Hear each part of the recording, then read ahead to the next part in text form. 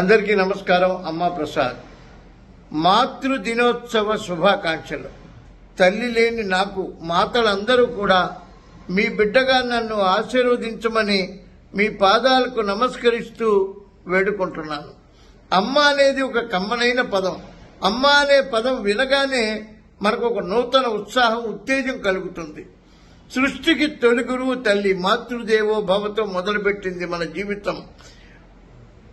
మనం నడక, నడవడిక అన్నీ కూడా మనకి ఈ లోకానికి పరిచయం చేసిందే అమ్మ. అన్ని అమ్మే. అమ్మే సర్వస్వం.